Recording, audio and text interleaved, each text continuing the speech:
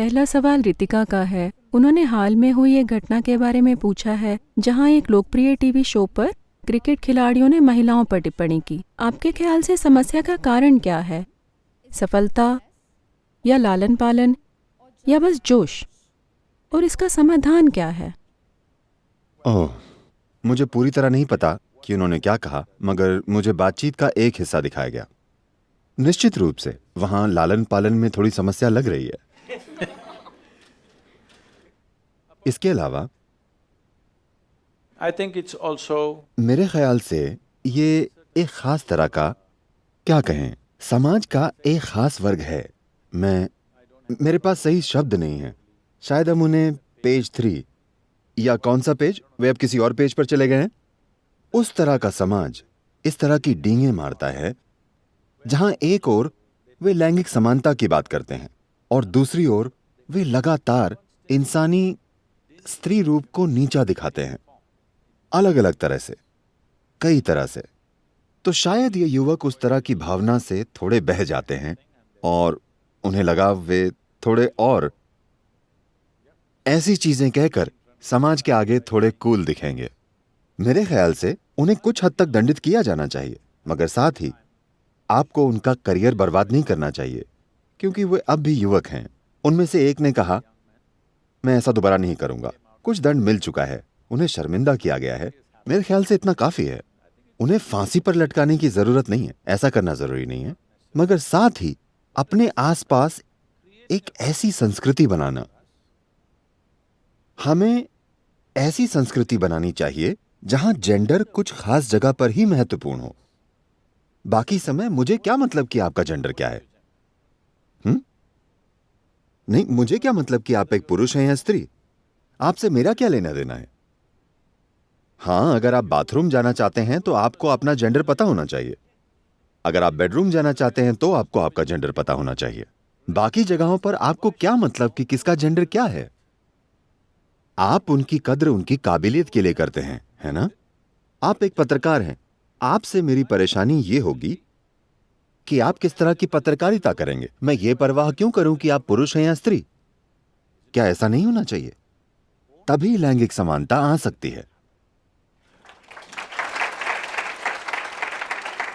Gender एक छोटी चीज है, हमने इसे बहुत बड़ा बना दिया है।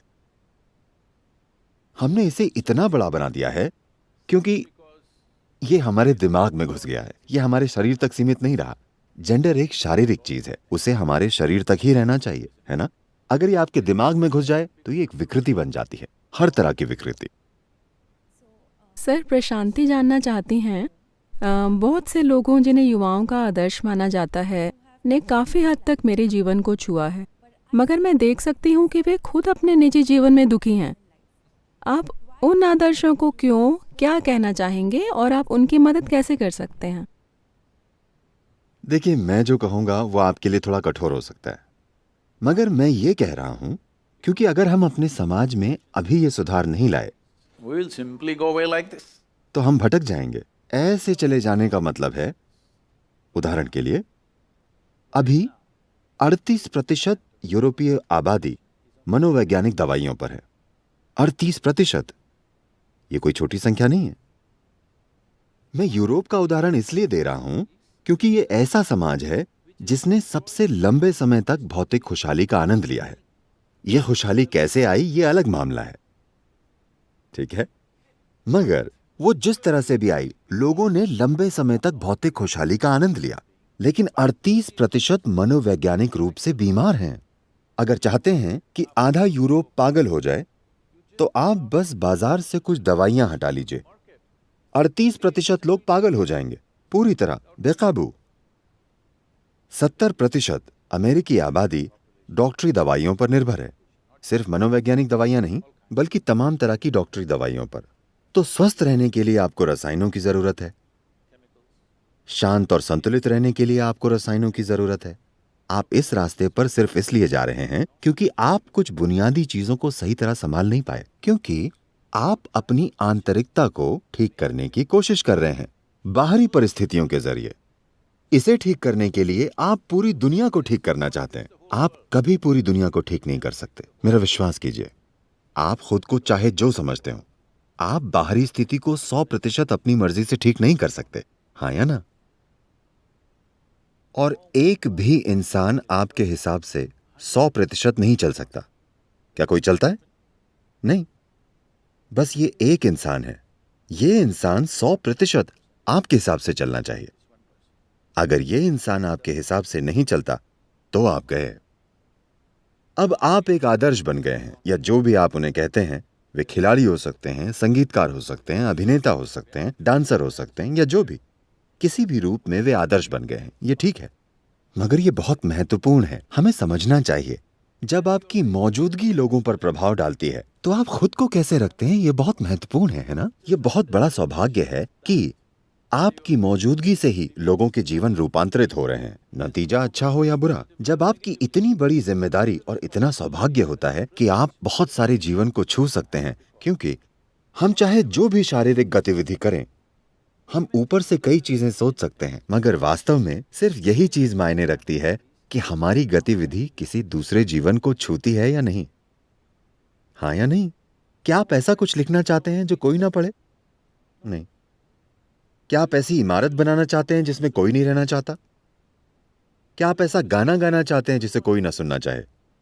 क्योंकि विस्तार करने और दूसरे जीवन को छूने की इंसान की जरूरत का मतलब है कि आप किसी तरह दूसरे इंसान के जीवन को संवारते हैं। यह महत्वपूर्ण है। इसी वजह से कोई आदर्श व्यक्ति बनता है।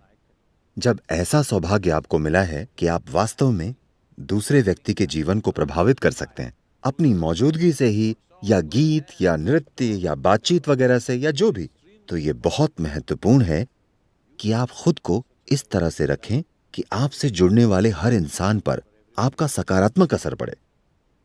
लेकिन इस जिम्मेदारी को ठीक से निभाया नहीं गया है। और मैं पिछले करीब 20 सालों से यूनाइटेड स्टेट्स में सक्रिय रहा हूं। किसी वजह से, जिस भी वजह से, इसके कई पहलू हैं। यूनाइटेड स्टेट्स ने एक नेतृत्व की पदवी हासिल कर ली है। वो अपने आप में आदर्श बन गया है। वो जो भी करते हैं, हर कोई वही करना चाहता है। देखिए, आज मैं आपके कपड़ों या किसी चीज पर टिप्पणी करने वाला आदमी नहीं हूं, क्योंकि आपकी उम्र में मैं भी वैसा ही था। ये अलग बात है। मगर आज अगर आप किसी भी भारतीय शहर या दुनिया में कहीं भी देख लें, घुटनों के नीचे वे क्या पहनते हैं?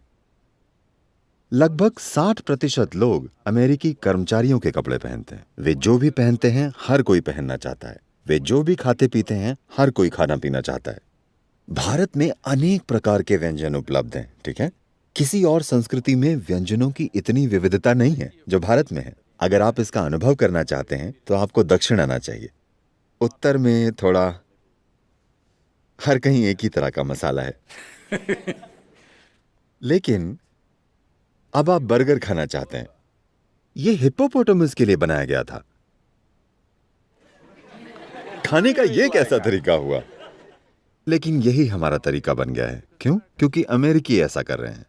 एक केजी के बच्चे को भी पता है कि इस शरीर को ऑक्सीजन की जरूरत होती है। आप भी जानते हैं, ठीक? चाहे आप पत्रकार हैं, फिर भी आप जानते हैं।